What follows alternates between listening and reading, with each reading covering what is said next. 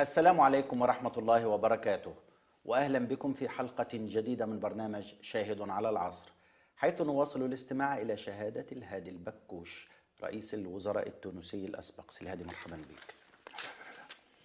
احنا توقفنا في الحلقة الماضية عند الاستقلال، وفي 20 مارس 55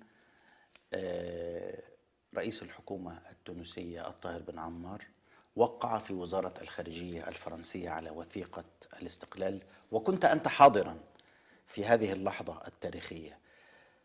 كمناضل تونسي قضيت عامين في السجن وسنوات في النضال من أجل الاستقلال، ما وقع هذه اللحظة عليك؟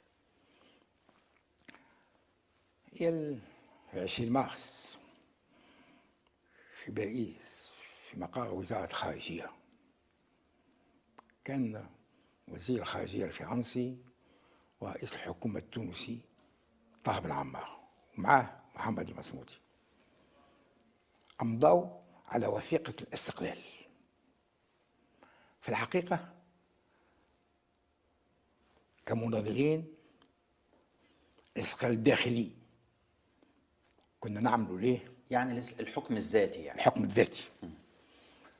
الاستقلال التام جاء في وقت قصير، أقل من عام بعد الاستقلال الداخلي، بينما اتفاقيات الاستقلال الداخلي تقول وأن الأمن والقضاء ما يرجع للتونسيين إلى بعد 10 و20 سنة. نعم. فيه تسريع في التاريخ. ما هوش السبب هو النضال فقط والمقاومة. النضال والمقاومة أداوا الاستقلال الداخلي، أما بعد كان ممكن نبقى في الاستقلال الداخلي سنوات. ما الذي سرع وتيرة الاستقلال التام؟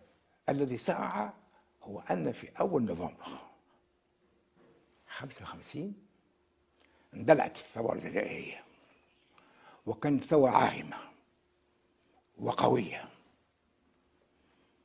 وكان الفرنسيين يخشوا أن تتحالف قوى المقاومة التونسية وقوى المقاومة المغربية مع القوى المقاومة، ويصعب على فرنسا مجابهة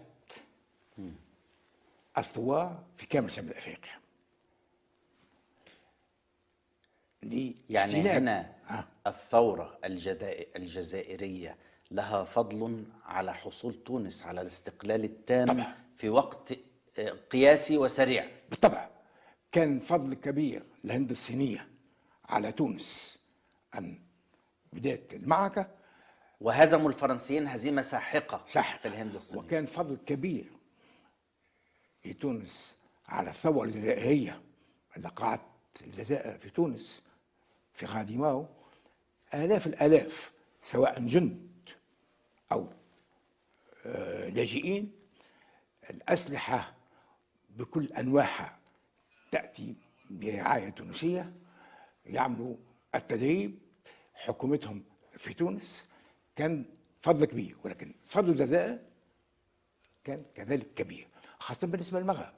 لما احنا خذينا الاستقلال الداخلي كان الفكرة عند الفرنسيين أن يبقيوا على بن عرفة، وكان فكرة تخفيف على محمد الخامس. نعم. وأرجعوه لفرنسا على أساس يتخلى نهائيا عن الحكم ويعيش عيش هناء في فرنسا. ولكن وقعت عملية في أكتوبر 55، وفي تلك العملية التحم جيش التحرير الجزائري وجيش التحرير المغربي، وخافوا الفرنساويين ما كان يرفضونه للمغرب. الاستقلال الذاتي، الحكم الذاتي قليل منه. لما التحم الجيشان الفرنسيين وافقوا على الاستقلال في المغرب، وافقوا على الاستقلال في المغرب، وبالتالي تونس كانت أسبق، وافقوا على